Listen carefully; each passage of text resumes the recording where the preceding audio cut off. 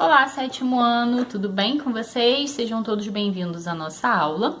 Hoje nós vamos dar continuidade ao capítulo 4. Então, abram por gentileza a apostila de vocês na página 21, para que nós possamos fazer juntos a correção do dever de casa, tudo bem? Bem, a questão 15 da página 21, que é a questão que será corrigida na aula de hoje, diz assim, separe o sujeito e o predicado. Bem, como nós vimos na aula passada, a oração, o que é a oração? É aquela frase que contém um verbo, tá? Que se organiza em torno de um verbo. Então, a oração, ela se divide em duas partes, o sujeito e o predicado. Então, o predicado é aquela parte da oração que gira ali em torno do verbo, né? E o sujeito é um elemento ali da oração a que nós podemos atribuir o evento, a ação, né? A sensação, o sentimento que é expresso pelo verbo, né? O sujeito é também o que? O termo que realiza, a concordância com o verbo, tá? Então, vamos tentar identificar o sujeito aqui nas nossas orações, né? Uma forma mais fácil, um macete para vocês identificarem o sujeito nas orações é localizar o verbo, tá? E em seguida vocês podem fazer uma pergunta para o verbo, né? Uma perguntinha assim, quem é que? O que é que? Tá? Então, por exemplo, aqui a gente tem na letra A, a aluna do ensino médio trouxe presentes para o professor. Então, o verbo é trouxe. Quem é que trouxe, gente, esses presentes para o professor? A aluna do ensino médio. Então, a gente consegue perceber que a aluna do ensino médio é o sujeito, né? É o termo que está numa relação de concordância com o verbo. Percebam que o verbo está na terceira pessoa do singular, né? Para concordar com a aluna, né? Ela. E essa ação de trazer é atribuída à aluna, tá? Então, a aluna do ensino médio é o sujeito da nossa oração, tá? E todo o resto, trouxe presentes para o professor, é o predicado. Vamos para a letra B, desculpa. A rua estava deserta. Olha só, quem é que estava deserta? A rua. Então, a gente já identificou o sujeito. O sujeito é a rua, não é isso? Estava deserta é o predicado, né? Bem, letra C. Tênis e natação são ótimos exercícios físicos. Quem é que são ótimos exercícios físicos? Tênis e natação. Então, a gente tem aqui um sujeito composto por dois elementos, né? Tênis e natação.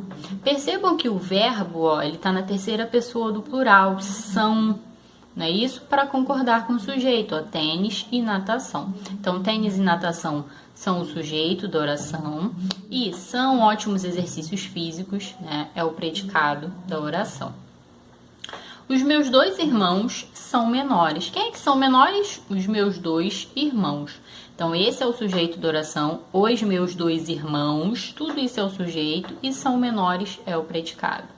Agora que nós já concluímos a correção dos exercícios, eu vou avançar aqui nos conteúdos. Então, logo em seguida, a gente tem aqui na parte de gramática da nossa apostila, né, a acentuação dos ditongos e dos hiatos. Então, primeiro, gente, o que é um ditongo? Ditongo é um encontro vocálico, né? Ocorre quando a gente tem o encontro de uma semivogal com uma vogal na mesma sílaba. E aí, nós temos aqui alguns exemplos, como, por exemplo, herói. Olha só, como é que a gente separa a palavra herói em sílabas? A gente tem e-rói. Perceberam que quando a gente diz herói, oi, oi, a gente ouve, né, com uma emissão sonora mais forte o herói. A gente até ouve o i, mas bem fraquinho, né, mais enfraquecido, né? Essa vogal cuja emissão sonora é mais forte é a que a gente chama de vogal. E a outra que é mais fraquinha, que está ali se pendurando, é a semivogal, tá? Então, aqui a gente tem um ditongo, que é o encontro de uma vogal com uma semivogal. Assim como herói, a gente tem céu, anéis, né? E aí, quando é que esses ditongos vão ser acentuados? Ou seja, quando uma palavra que termina em ditongo recebe acento. Vamos ver aqui quais são as regras? Vamos lá. Os ditongos abertos ei, el e oi, sempre que tiverem pronúncia aberta em palavras oxítonas, serão acentuados. Então, as palavras oxítonas. O que são as palavras oxítonas? Vamos refrescar a nossa memória. São as palavras cuja sílaba tônica é a última sílaba, né? Então, nós temos as oxítonas, são aquelas palavras que têm como sílaba tônica a última sílaba. Nós temos as paroxítonas, né? São aquelas que têm a penúltima sílaba como sílaba mais forte, como sílaba tônica. E nós temos as proparoxítonas, né? Que são aquelas palavras que têm a antepenúltima sílaba mais forte, né? Como sílaba tônica, tá? Então, toda vez que uma palavra oxítona terminar em ditongo ei, el e oi, ela vai receber acento. Então, por que herói recebe acento, por exemplo? Porque é uma palavra oxítona. Vamos ver aqui, a sílaba tônica de herói é a última, é o roi, tá? Então, a última sílaba é a sílaba tônica, tá? E essa sílaba tônica termina em um ditongo, oi, tá? Por isso que herói recebe acento. E céu, gente, olha só, céu, né? A gente tem aqui um monossílabo. Olha só, é um monossílabo. Por que é um monossílabo? Porque tem apenas uma única sílaba, né? Céu a gente não separa, é um monossílabo, tá? Céu é um monossílabo que termina em ditongo também, el. Olha só, por isso que céu recebe acento, tá? Lembrando, gente, que apenas as oxítonas e os monossílabos tônicos terminados em ei, el e oi recebem acento. As palavras paroxítonas não. Então, por exemplo, assembleia, ó, blei, assembleia. É assim que a gente separa em sílabas a palavra assembleia, certo? E aí, o que vocês vão perceber? Assembleia, ó, a gente tem o ei, né? A gente tem esse ditongo aqui na penúltima sílaba, mas não é na última, tá? Por isso que a assembleia não recebe acento, porque a assembleia é paroxítona e essa regra só vale para as oxítonas e para os monossílabos tônicos, tá bem? Agora vamos ver quando que a gente vai ter um hiato que vai ser acentuado. Vamos ver, olha só, o i e o u, tônicos do hiato, quando aparecerem sozinhos numa sílaba, né? Quando fizerem com uma outra vogal esse hiato, né? Eles vão receber acento, né? Então, vamos ver aqui alguns exemplos, ó. Saída, cafeína, saúde. Por que essas palavras recebem acento? Olha aqui, ó. Sa e da. A gente tem o hiato, né? As vogais aí, elas se separam. E aí, esse i, ele é tônico, não é? Ó, saída, ele não é forte, né? É a sílaba tônica.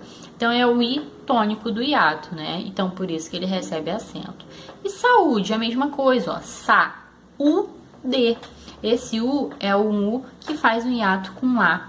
Então, ele recebe acento também. Então, o i e o u, tônicos, né? Quando eles fazem hiato com uma vogal da sílaba anterior, eles recebem acento. Com apenas uma exceção, tá, gente? A gente tem aqui, ó, se as vogais i e u forem seguidas de letras diferentes de S, tá? Elas não serão acentuadas. Então, por exemplo, juiz, raiz, cair. Olha só, cair. Há um hiato aí também, o i ele se separa do a, formando um hiato. Só que o i está seguido do r. Então, por isso que cair não tem acento, tá? Assim como raiz, assim como juiz. Isso só vale quando o i fica sozinho ali, o i ou o u, né? Ficam sozinhos ali na sílaba, ou então seguidos de S. De qualquer outra consoante, não. Tá bom? Então é isso, gente. Vamos finalizar a nossa videoaula por aqui. Ao final desse vídeo, vocês vão encontrar a descrição da atividade devolutiva e também do dever de casa da semana, tá bem? Vejo vocês na próxima. Um beijo e até! Tchau!